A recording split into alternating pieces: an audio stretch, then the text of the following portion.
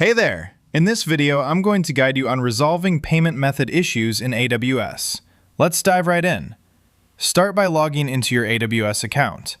Once you're in, click on your name located in the upper right corner and select the Billing Dashboard from the drop-down menu.